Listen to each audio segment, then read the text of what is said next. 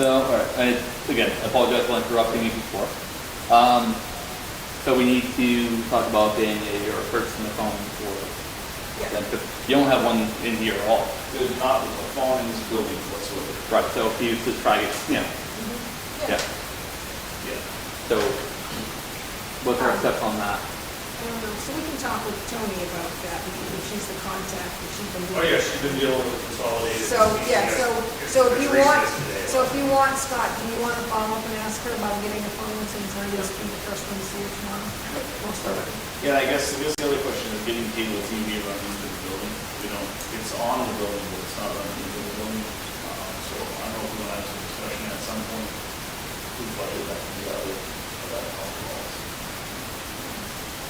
And There's some streaming options I'll throw out there, because he's going to the TV, there's already down there. so it depends on what, if you're getting a smart TV, then yeah. Yeah, yes, yeah, one of them don't watch the news, whether you, Right. I have to road boost it. Well, yeah, if he's getting a smart TV, then what's called, it comes with already built in. Yeah, I'm just looking for the spectrum, the cost of spectrum, because even if you stream through the TV to get like the right service, it has to be another account. So, I mean, emergency management, where does that funding come from? And the line, it's $500. So, Yeah, I mean, we could use that if we have to, I just didn't know I'd be curious to know what the cost is. Yeah, I'll get back to you on that. Okay. It's not, like I said, it's not a huge rush. We've gone this long enough. I think another month or two will be okay. And we'll find a way to work around it. so in the meantime, we definitely want a phone. We want a phone for you. Yeah, I think phone is pretty critical to have in the building. I agree. Is this some sort of special phone, or, because we have a phone, nobody ever. You have an extra one? Yeah. I'm not sure if it's there was a second phone, and we can look into that tomorrow, Okay. if it's one that would hook into that system or not. If it's one that will look in that system, that'd be great. Right, yeah, and it's one that's not being used. Right, so if you, Yeah. okay, so if you bring it over and drop it Yeah. with Kim, Tony can certainly Sure. decipher whether we can use it. Would you want it to bring in both the office and at the fire station? Well, I think that what's called Tony can actually set it up so it does that. Yeah, and again, I think that's a discussion if we want to have a separate, I haven't quite separate. Because right now- A separate line in here or what we want to do. Correct me if I'm wrong, Chief. There's a what's called. You have 3 phones downstairs, right? Oh, yeah. With different, they're with different numbers. So I explored this because I didn't want people to be able to call in and basically call a desk and not have it ring. Because like right now where it's just me and I'm in my office, and the phone that's in the squad room rings, I may not hear it. Somebody could be calling for police services, and I don't even hear it. So she has contacted Consolidated, we've gone through Consolidated, because what I wanted to have happen was actually, one line rings in, and then there's just separate voicemail access for everybody. Unfortunately, from what it seems like with Consolidated right now, that can't be done. Because of the way our routing system is set up, I put a deadline at the end of the week to have these kind of voted all. So by the end of the week, I should have it committed in answer for you. So by the end of the week, I should have it committed in answer for you as far as operational. But she now has access. She can log into our Consolidated house. She can reset passwords for voicemail. She can assign the phone numbers to different people. She can assign your routing, call logs, etc. Which is something I don't think we really have had anybody as of recent that No. how to do all.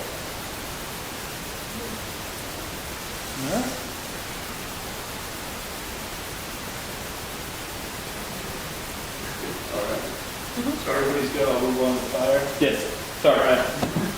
So as far as the fire department goes, in the month of April, we had 26 calls for service.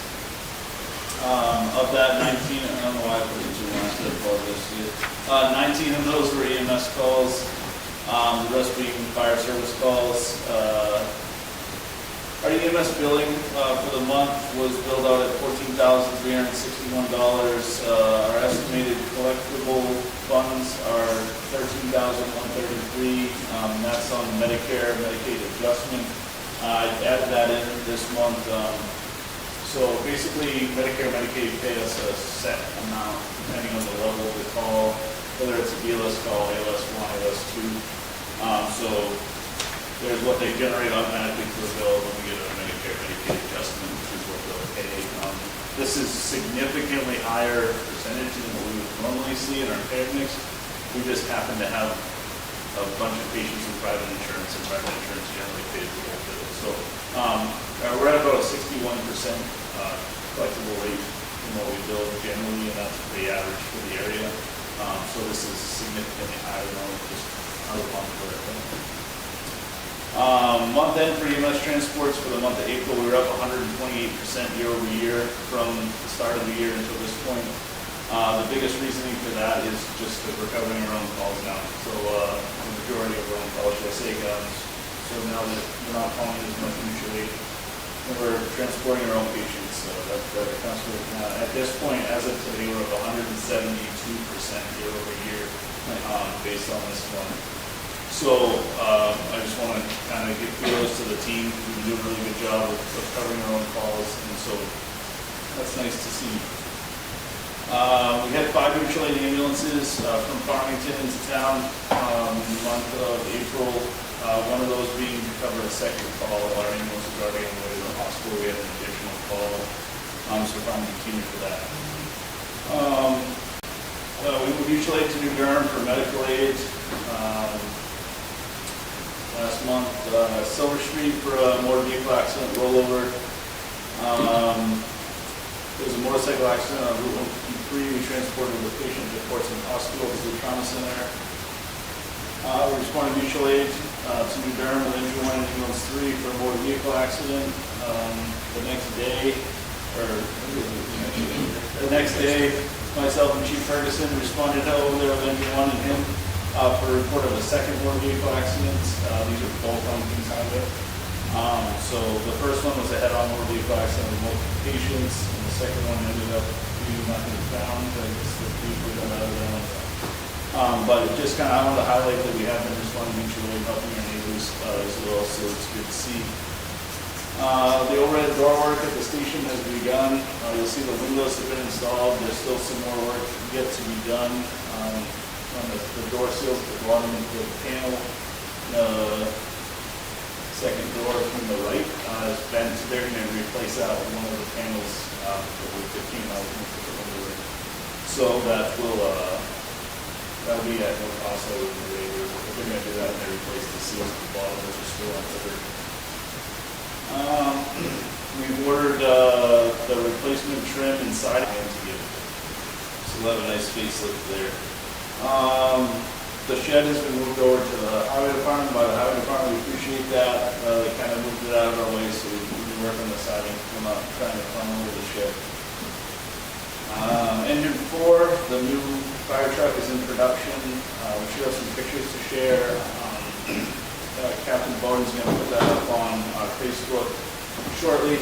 We've gotten a couple of pictures, but it's basically just a cab with a pump on it. So there's not a lot to see in those pictures, but this week the body and the tank went on the truck.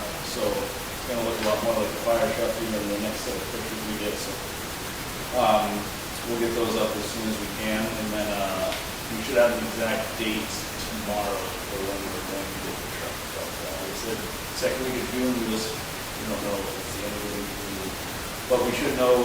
Hopefully there won't be any delays, but they should be able to give us an exact date tomorrow. Assistant Chief Bordeaux and Lieutenant Green are enrolled in EMT classes, so that's awesome to see.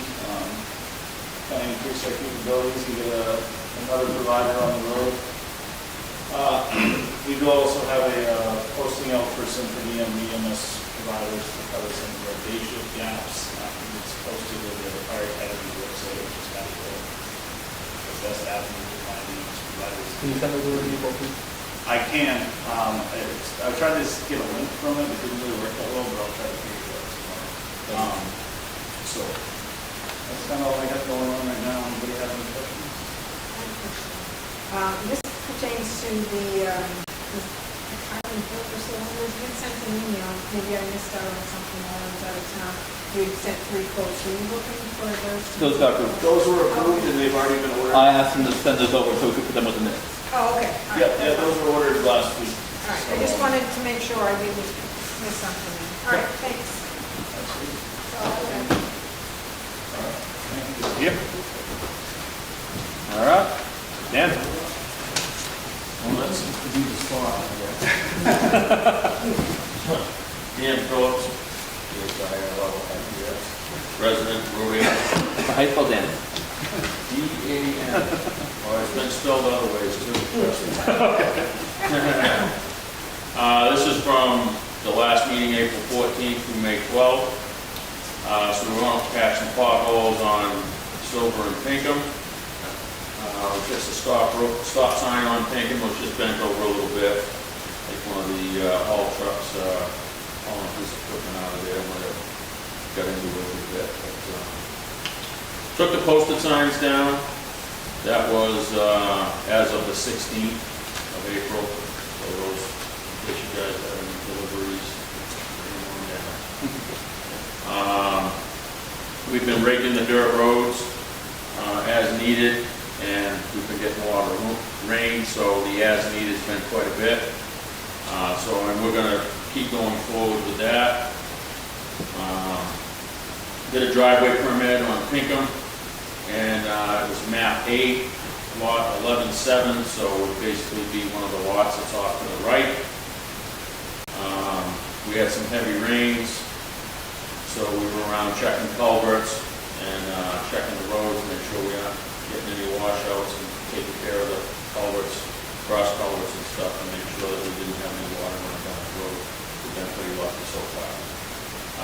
We did drop off the new truck for the body and the plow gear.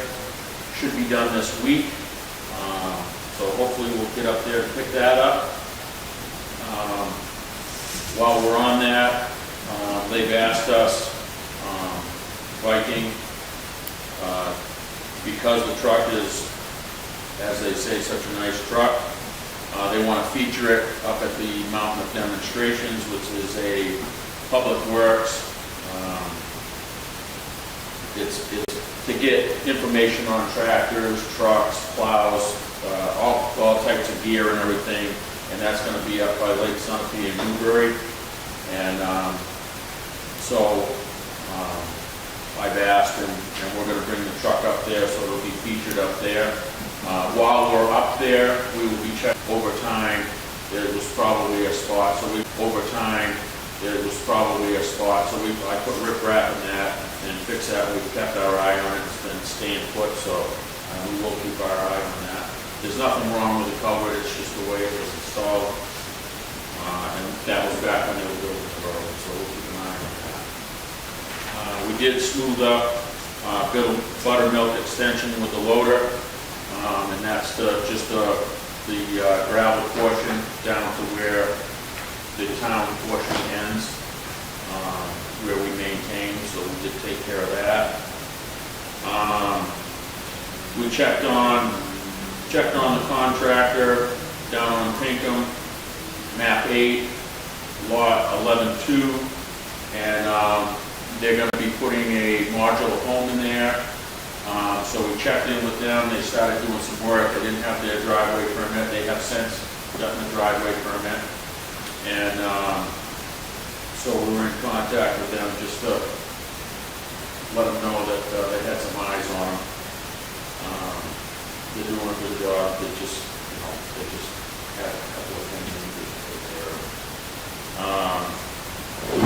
There was some chevrons that had gotten run over and taken out by a car accident, and one by a tree that had fallen down, and a couple that were tipped over. So we've fixed those up on Ridge Road. Basically, they're the little yellow signs that help you around the corner. They're called chevrons. We fixed those. We ordered the new military flags, which are in, and the 14 American flags, which just came in, and we should be putting those up before the end of the week. We ordered the chemical toilet for the beach. It was supposed to be in tomorrow, got delivered today, so went over this morning. We cleaned up the beach. There was the spot where the chemical toilet was, had some roots coming up, so we brought down some stone, put some 3/4 inch stone in there and just kind of smoothed that up so we wouldn't have a trip hazard going into that, and that is a handicap accessible, and that'll be there till Labor Day, or a little after. So that's already done now. And as Jared said, we moved the shed for the fire department so that they could get in and do their work. And they have some brush, and we get the chipper out. We'll get over there and assist you guys on taking care of that. And I've got some more, a couple other spots that I want to get some brush chipped up that we got piled up. And let's see. We just started taking out the sanders and washing them to put them away. It doesn't seem like it, but 4 to 5 weeks ago, we were still out plowing. So we do have 2 trucks that currently we have the sanders out of. We got the wings painted, so before we take those off the trucks, they're painted, they'll be put up, and in the fall, they'll be ready to be put back on. We'll do the same thing with the front plows, whatever need to be painted, we'll have them painted, we'll put them out back, and then when we go to take them out, they'll all be done. Let's see. Painted the wings. Okay, we took the lawnmower out, got that all checked out, and we did stop mowing the lawns. They need to be done again, looking at them, but that's all set, ready to go, so we'll be taking care of the lawns out here, over at the municipal building, down behind the PD and all that. So that'll be ongoing. Again, took the fuel pump readings and got those over to him. Had to get the older truck, the 03, which is sitting right out here, getting that ready to go out to bid. With this, I have to take the sander out of the smaller truck, which is going on the new truck. We're going to use on auction or for sale. I had a drainage issue over at 42 Spruce that a gentleman had called about, and basically he had a driveway culvert at the end of his driveway that over the years had gotten filled in and everything. He wasn't aware that they had the culvert there. A little bit of ditching we'll do over there, and I went over and talked to the gentleman tonight before I came over, so we'll take care of that issue for him. Did another driveway permit, the one I was talking about earlier, map 8. Lot 11-2, 11-2, so they did go down, they did come in, pay their permit fee, and we went over and took care of that. The last thing I have is New Durham had called, and they would like to use the message board again for a couple of weeks. Now, I figured I told them I would come in and ask because we have some things coming up, the 31st, I think you have here. So, the 2 week, if it was for a couple of days, I'd probably say yes without even, I would normally ask and make sure it was all okay before because we've let it use it in the past, but where they want it for 2 weeks, you're probably gonna want your Kind of, yeah. thing on there, Yeah, and that's for the 31st, correct? it is. Right. So what I can do is I'll give them a call and see I gave them all the information off of ours, model number and all that. I took some pictures and sent it over to them. They're in the process of getting one purchased, or possibly 2. So what I can do is I'll call them and just try to get a little more information on what days they were looking for, and tell them that we had some stuff that we would really like to get posted on it. So, that's it. Does the town have any street? We have a broom that goes on the loader, and typically what we would do is we'd wait till it rains and then go out at a lighter rain and then sweep whatever there is. Is there spots that you are concerned about? No, it's come up on that committee that John Mullen has about the shore. There's concerns about the sand on the roads and the street sweepers, and I don't know if we had one, some people thought we did, so we put the broom on the loader, and that's how you take care of the sand on the. Yeah, I just on the wondered how pavement. we're gonna take care of the sand on the dirt road over there. Oh, No, no, I just, the reality is that we don't put much sand down there, so. no, I'm yeah. just curious. Typically, that's what we would do in the spring. And I wanna If we had any spots, like intersections that were, I know, hey, that's why they call it DAN and they call it other spelling too sometimes, but. You walk. No, what we normally would do is we would normally put the broom on the loader. And if we had some intersections that were really bad, or if we had some roads that had, you know, the sand that you would typically see years ago, you'll see two stripes, one on each side and then a couple in the middle. And then normally we would go take care of that, like down down by the lake and all those areas there, and then maybe some intersections out here that might have been, But it's not something you routinely do every spring.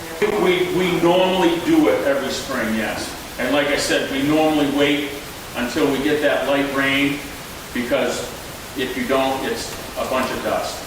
So, and to spend the money that they get for a street sweeper, we just don't have, we don't have the curbing, we don't have the, and we don't, you know, we don't have the need for hiring a street sweeper to come out and doing that. We can handle it ourselves.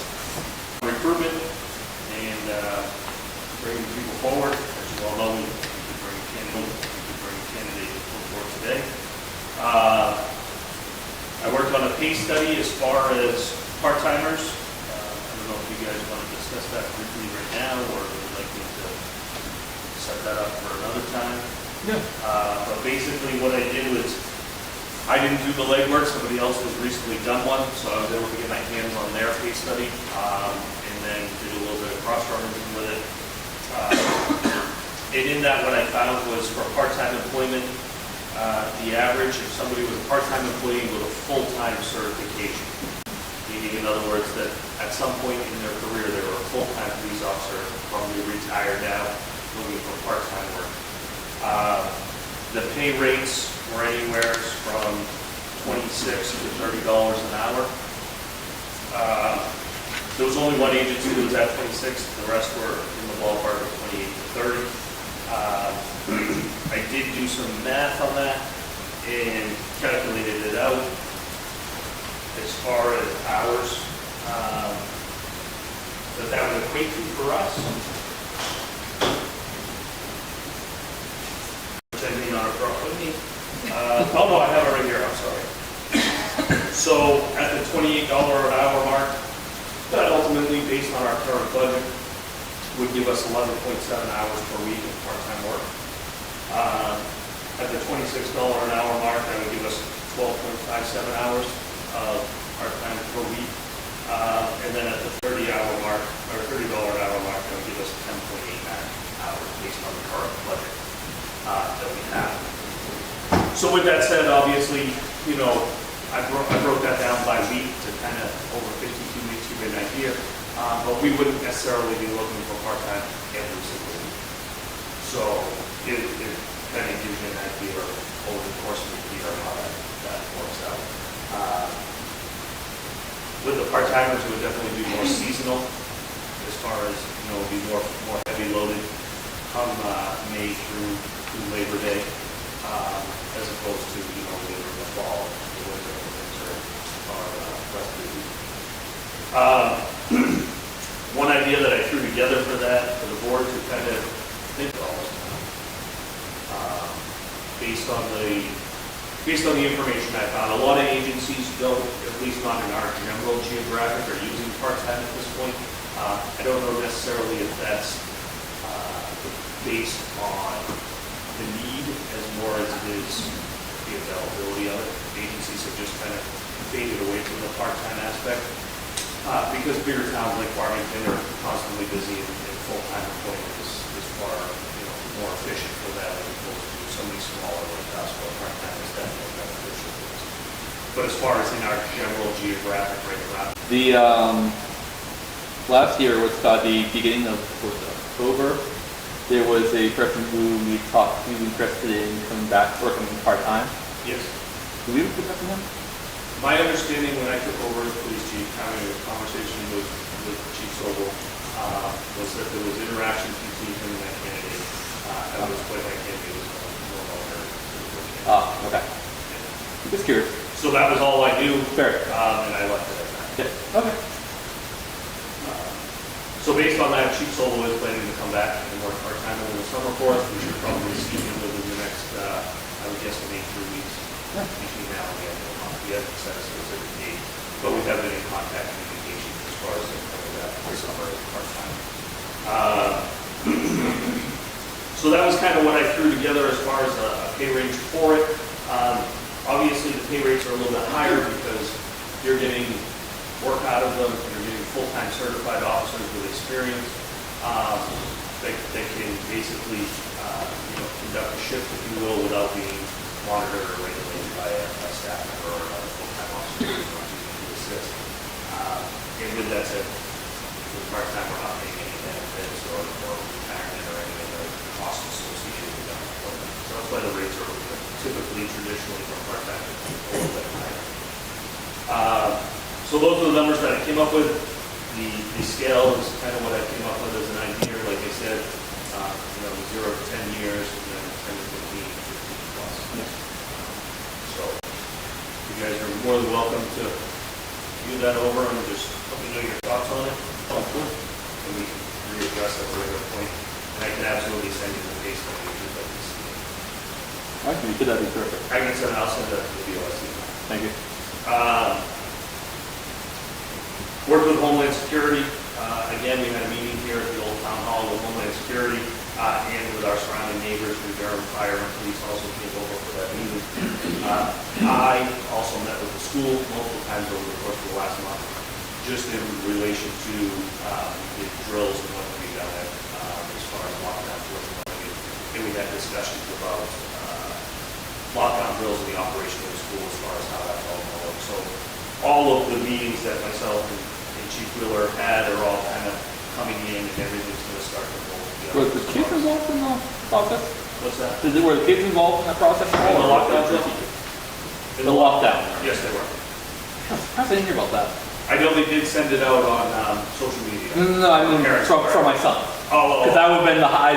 Yeah, I'm not sure. That would have been the highlight of his day. So. Basically, all they did was they announced lockdown drill, Yep. and teachers went through the process of logging it down. No. Myself and the principal then just walked through the school, checking all the doors to ensure that everybody followed the procedures. So it must have been exciting enough for me. Probably not. Okay.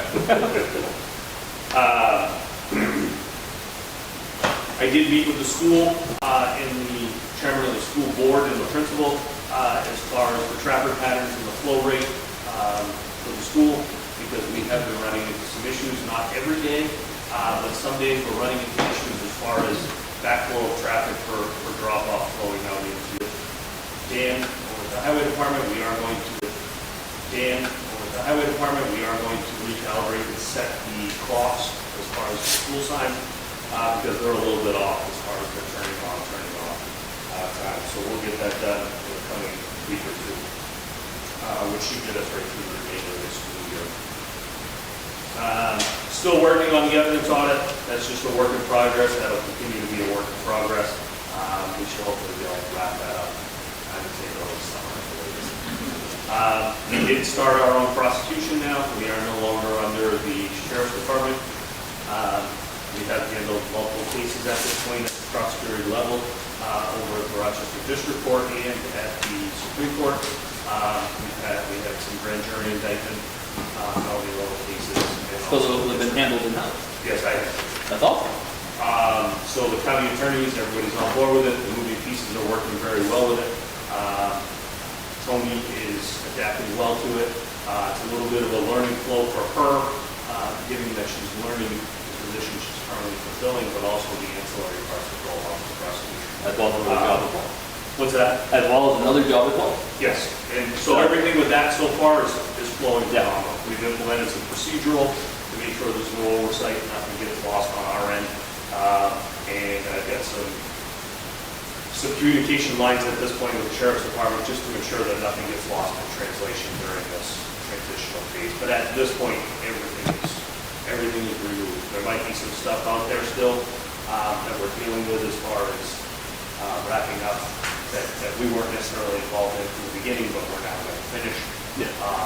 And that's all going very good at this point. Continued annual training. We did set up our subscription with Police One. Police One is an online training program or regimen that's out there as well, which is recognized by the Hampshire Police Standards and Training, which allows us to have the ability to fulfill the requirement hours of training without necessarily having to take an officer and send them up to Conference Police Academy and have them out of town and not available for service to fulfill that requirement. The requirements are now at 24 hours annually of ancillary training on top of the required training. So Police One will help us as far as allowing them to complete those hours of training here in-house in town without having to leave town to fulfill that requirement.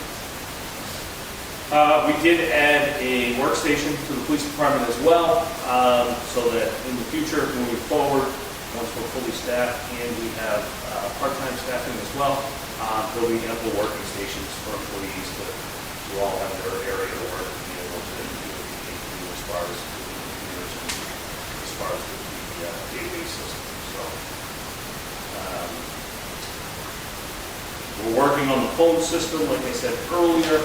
I'm just trying to streamline that because I did run into an issue where, such as Stratford County Dispatch, they have a phone number which they thought was the direct line in the police department, but it rings to a phone off the back phone.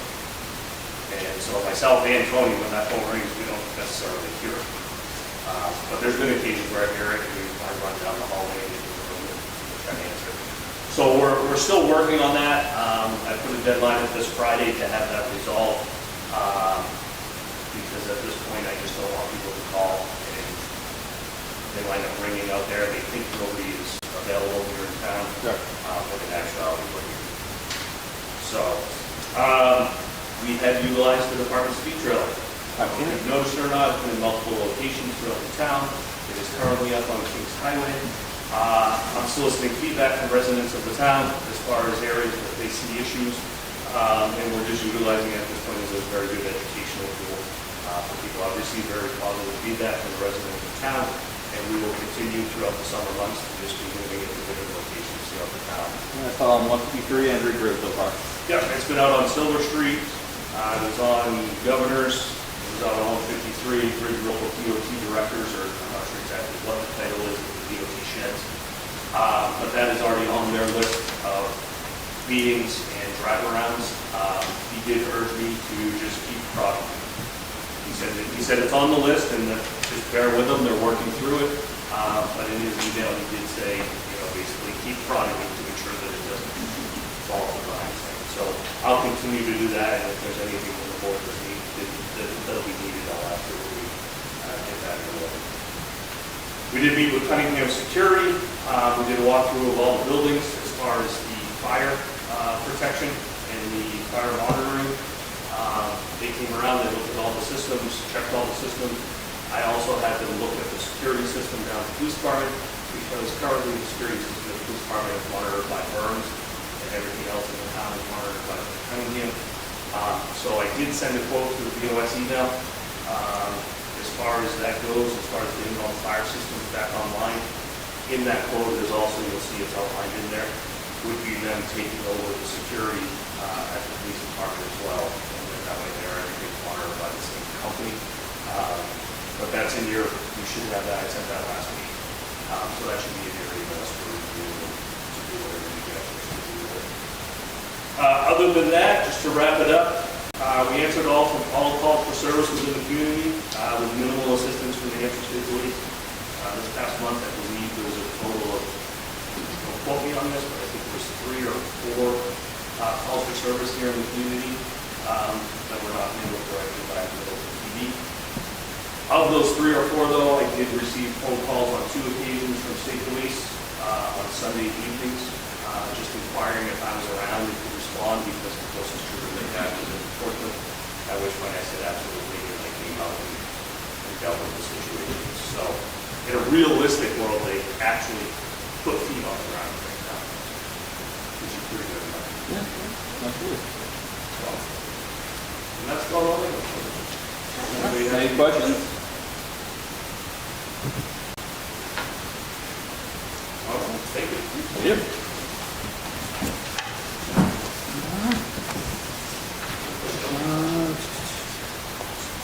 Town clerk tax collector, got the collections report summary for April. Principal $16,147.44. Interest and penalties was $1,077.18. Net receipts for the month were $17,924.02. Gross receipts for the month was $17,924.62. The credits were unassigned ending balance was $4,028.17. Refund and abatement was $2,461.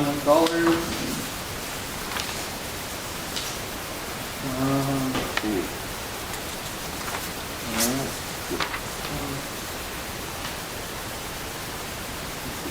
Middleton drawer.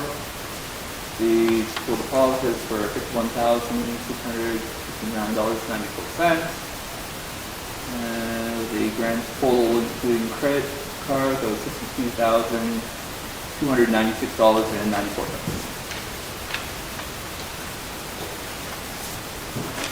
Any questions? Nope. Okay. Let's see. Moving on to treasurer.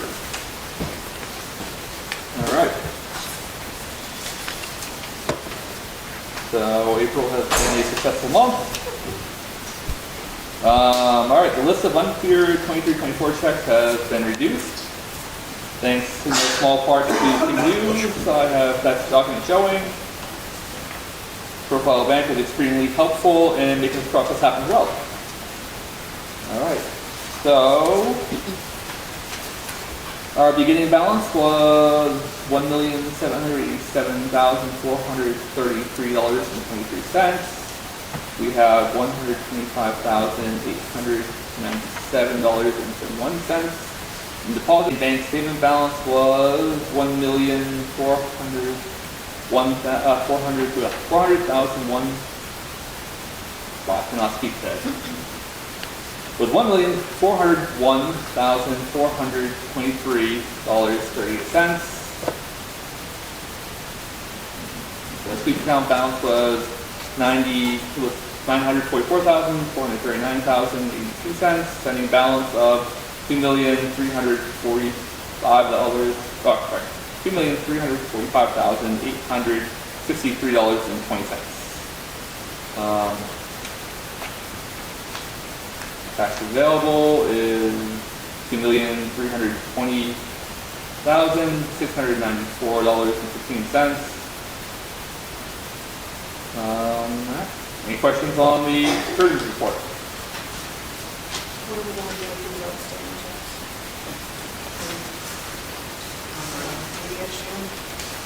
Well, a couple of them, like the one from 23 to 2 highlighted, working with Jen on the because I've never received anything from either one of them saying that we owe it to them. So I don't think it's that much of it. Or it was taken care of and it really wasn't crossed out. So we working with Jen to clear those out. What about the employee one, because I'm looking at multiple, if this gentleman doesn't work, goes out anymore. No, if you look at, it's gotta be, juniors placed, junior accounts payable, going on for each person, and ask them to catch it within 2 or 3 weeks, that was back in November. So these were actually the clear out towards the end of, Oh, okay. so they'll clear out, because we replaced them. Because what we gotta do is when those accounts payable checks get cash, you have to void those and then clear clean payable. Why is the rec, if that was the voided check, why is that still on the thing? That was the double check. Well, because she's showing is it going now, it's Yeah. going now. Oh, okay. Yeah. So yeah, all these have, yeah, they've been taken care of. Oh, those are the ones that have been. Yeah, Yeah, that one's going right next to it. Yep, yeah, so yeah. So she's showing her work. yep. Any other questions? All right. Do you see Carl here? Did you get anything, Mike? I haven't got anything from Carl. What time is that meeting tomorrow night? 6:30. 6:30. That's If a we could get something from Carl, at least email to the BOS. Yeah, I can try. I can Yeah, work on Kate, it. did we get a list of the Carl Robertson actually, you know, so we can get the question. Probably with more like conservation. Yes.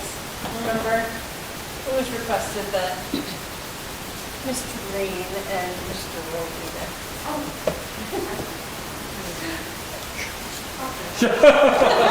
I didn't forget. All right, I so, do have three things here. So actually, Kim gave me this. We got an email from Tom Daniels with the Wakefield Lions Club, and they want to put a... oh yes, that's right, I forgot to mention Yeah, that. no, that's fine. It's So what's about, they want to put a eyeglass hut, if you will, outside one of the town buildings.